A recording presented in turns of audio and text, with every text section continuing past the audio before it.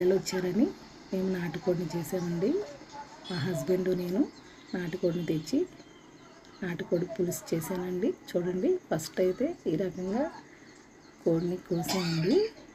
దాని ఈకలన్నీ తీసి చక్కగా కాల్చి చేస్తున్నారండి మా హస్బెండ్. చూడండి, చాలా అంటే చాలా రుచిగా ఉంటుందండి. ఇలా కాల్చి కూర వండుకుంటే, నాటుకోడిని కాల్చి వండుకుంటే చాలా అంటే చాలా రుచిగా ఉంటుంది. చూడండి, ఈ రకంగా కాల్చాక దాన్ని నీట్గా చేసుకోవాలండి. చూడండి, దానికి పసుపు రాసి నీట్గా కడిగి పీసులు చేస్తున్నారండి. చూడండి, మనకి ఏ సైజు కావాలో ఆ సైజు పీసులు చేసుకోవాలండి. అలా నీట్గా పీసులు చేసి పక్కన పెట్టుకోవాలి. మన పిల్లలకి మన చేతులతో మనం స్వయంగా వండి పెట్టుకుంటే ఆ తృప్తి వేరండి. చూడండి ఎలా చేస్తున్నారో, చాలా నీట్గా. ఈ కోడి వచ్చి 2 కేజీలు ఉంటుందండి. చూడండి, ఎగ్స్ కూడా ఉన్నాయి, దీనిలో గుడ్లు కూడా ఉన్నాయండి. చాలా నీట్గా చేస్తున్నారు. ఇలా మనకి ఏ సైజు కావాలో ఆ సైజు ముక్కలు చేసుకొని కడిగి పక్కన పెట్టుకోవాలండి. ముక్కలు మనకి కావాల్సిన సైజు ముక్కలు చేశాక కోడి ముక్కలని ఎక్కువసేపు కడగకూడదండి. కొంచెం పసుపు కొంచెం కల్లుప్పు వేసి ఒక్కసారి కడిగి పక్కన పెట్టుకోవాలి. చూడండి ఎలా చేస్తున్నారు.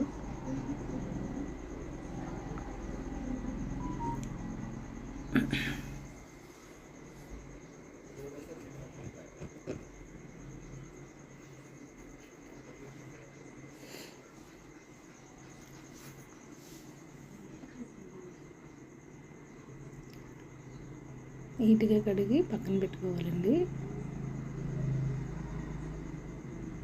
అదే మనం షాప్లో తీసుకెళ్ళి చేపిస్తే మనం చేసుకున్నంత నీట్గా చేయరండి వాళ్ళు.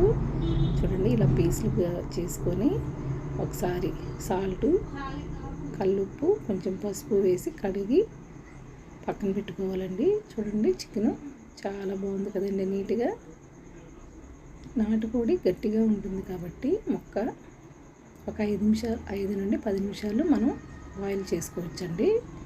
బాయిల్ చేసి పక్కన పెట్టుకోవాలి. ఇప్పుడు నేను నా స్టైల్లో నాటుకోడి పులుసు ఎలా చేసానో చూడండి.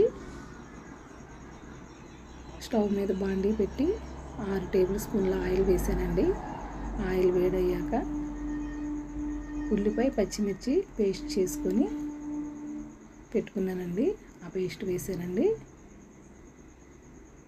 వేసి చూడండి, ఆ పచ్చి వాసన పోయేంత వరకు వేయించుకోవాలి. గోల్డెన్ బ్రౌన్ కలర్ వచ్చే వరకు వేయించాలండి. చూడండి, గోల్డెన్ బ్రౌన్ కలర్ వచ్చాక అదిగోండి, గోల్డెన్ బ్రౌన్ కలర్ వచ్చాక పచ్చి వాసన పోయి గోల్డెన్ బ్రౌన్ కలర్ వచ్చిందండి. ఇప్పుడు మనం బాయిల్ చేసుకున్న ముక్కల్ని బాండీలో వేసి వేయించుకోవాలండి. చూడండి, ఈ విధంగా వేయించాలండి. ఈ రకంగా ఫ్రై చేసుకోవాలి. ఇలా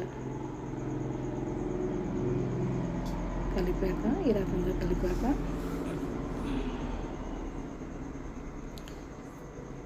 చూడండి ఇలా వస్తుంది. ఇదిగోండి, చక్కగా ఫ్రై అయింది. ఇప్పుడు టమాటా పేస్టు, ఉప్పు, కారం వేసి కలుపుకోవాలండి.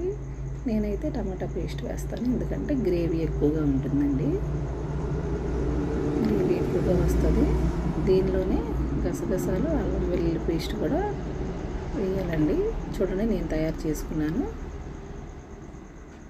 గసగసాలు, అల్లం వెల్లుల్లి పేస్ట్ కూడా వేసి మొత్తం కలపాలండి. ఇది ఇలా కలపటం వలన చూడండి, ఈ రకంగా కలిపి ఒక 5 నిమిషాలు మూత పెట్టి ఉంచాలి. ఎందుకంటే ఈ మసాలా అంతా ముక్కకు పడుతుందండి. ఉప్పు, కారం, మసాలా మొత్తం ముక్కకు పట్టి చాలా రుచిగా ఉంటుందండి.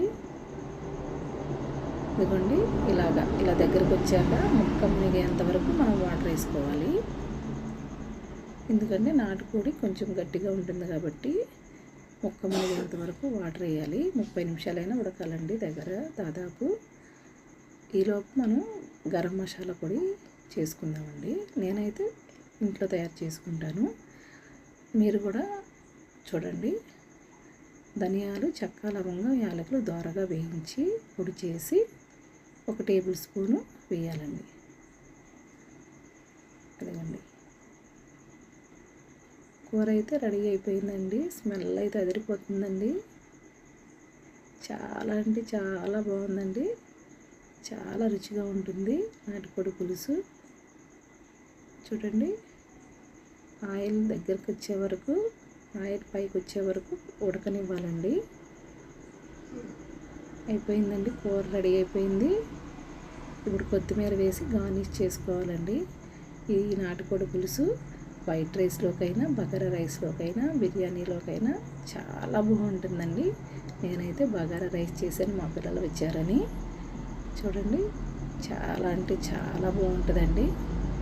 నా స్టైల్లో నేను నాటుకోడి పులుసు చేశాను. మీరు కూడా చేసుకొని ఎలా ఉందో కామెంట్ చేయండి.